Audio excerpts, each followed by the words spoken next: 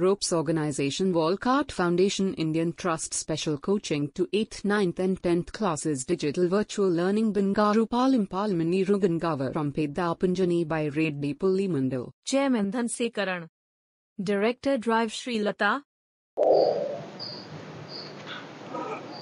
Hi, hello, welcome to Ropes Organization. This is Durga Prasad Reddy teaching in biology. So in this video we are discussing about pollution topic, 8th class. So previous video already we are introduction about the pollution topic. Let us continue the topic of air pollution. So there is given pollution topic two types. One is air pollution and water pollution. So previous video already we have discussed about the what is mean by pollution definition, and so what is mean by air and which type of gases are present in atmosphere. So already we have discussed that. So let us continue the topic of air. So air గురించి సంబంధించినటువంటి details, వాటి యొక్క pollution లో ఏమేమి types ఉన్నాయి, ఎలా జరుగుతుంది, so దానికి సంబంధించి మనం ఈ వీడియోలో డిస్కస్ చేసుకోబోతున్నాం. సో ఈ వీడియోలో మనము సో ఎయిర్ అంటే ఏంటి, so what is mean by air. Air means so దీన్ని మనం ఏమని పిలుస్తామంటే గాలి అని కూడా పిలుస్తాం. So air is a combination of different gases that from the atmosphere of earth. So this is the definition of air.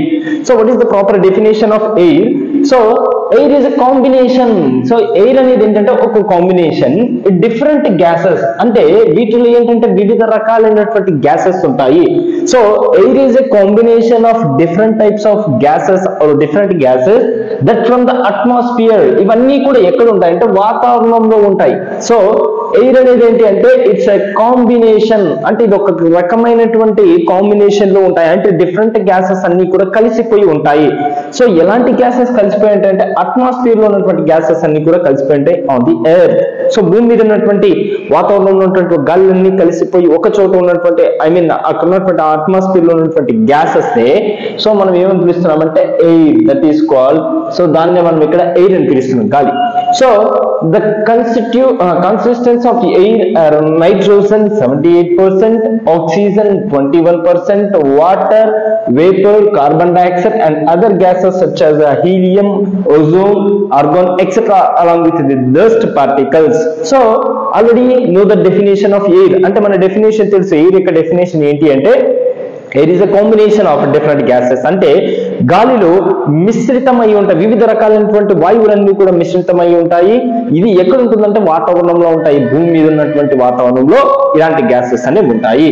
So ఇక్కడికి వచ్చేసరికి so ఇక్కడ మనకి దీంతో పాటు ఏముంటాయంటే so the consistence of the air nitrogen.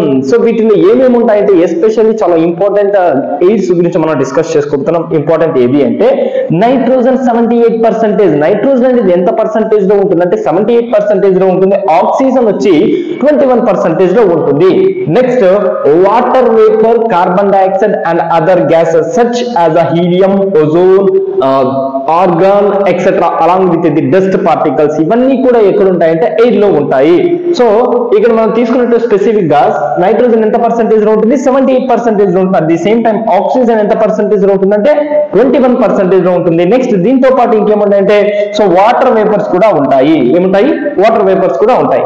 So వీటితో పాటు ఇంకా రిమైనింగ్ ఏముంటాయంటే కార్బన్ డైఆక్సైడ్ కూడా ఉంటుంది. ఎక్కడంటే అట్మాస్ఫియర్ లో. అండ్ అదర్ గ్యాసెస్, వీటితో పాటు ఏంటంటే వివిధ రకాలైనటువంటి గ్యాసెస్ కూడా ఉంటాయి such as a helium. So వీటిలో ఉన్నటువంటి గ్యాసెస్ ఏవి అంటే హీలియం అనేటటువంటి గ్యాస్ ఉంటుంది. At the same time ozone.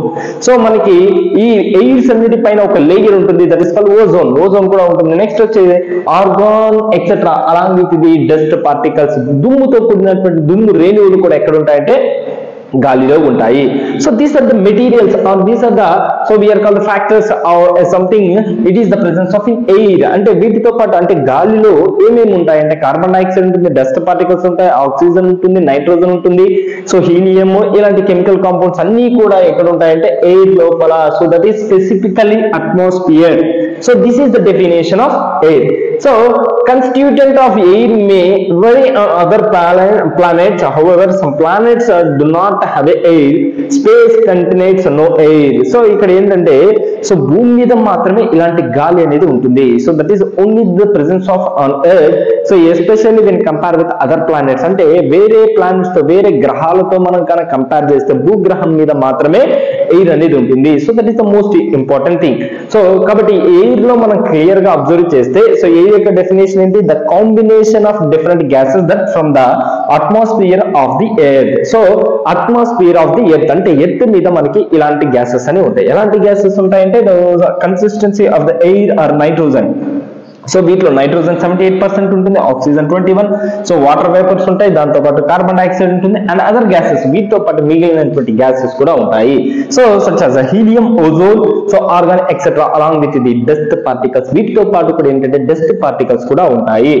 So ఇది మనము ఎయిర్ యొక్క డెఫినేషన్ లో చెప్పుకుంటే, నెక్స్ట్ వీటిలో ఉన్నటువంటి మనం దీన్ని కనుక కంపేర్ చేసి చూస్తే, so may the air are on other planets అంటే వేరే ప్లానెట్స్ వేరే గ్రహాల మీద సో ఎయిర్ అనేది ఉండదు, వేరే గ్రహాల పైన సో ఉండదు. Some planets do not have air, కొన్ని గ్రహాల పైన ఎయిర్ ఉండదు, భూగ్రహం మీద మాత్రమే ఉంటుంది.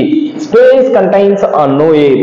సో స్పేస్ లో తీసుకుంటే ఎయిర్ ఉండదు, స్పేస్ లో తీసుకుంటే ఎయిర్ ఉండదు. So for example, so certain kilometers మనం ఎర్త్ నుంచి స్ట్రైట్ గా పైకి వెళ్ళిన తర్వాత సో ఓజోన్ లేయర్ దాటిన తర్వాత సో స్పేస్ క్రియేట్ అవుతుంది.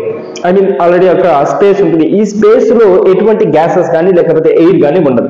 So that is most important. So అందుకే ఇక్కడ ఏమంటున్నాం అంటే వేరే గ్రహాల మీద కొన్ని వాటిల్లో అసలు గాలి ఉండదు. సో భూగ్రహం మీద ఏంటంటే కొంతవరకు కొన్ని వేల కిలోమీటర్ల వరకు మాత్రమే గాలి విస్తరించి ఉంటుంది, దానిపైన సో స్పేస్ అనేది ఆక్యుపై ఉంటుంది. So this is the most important topic of air.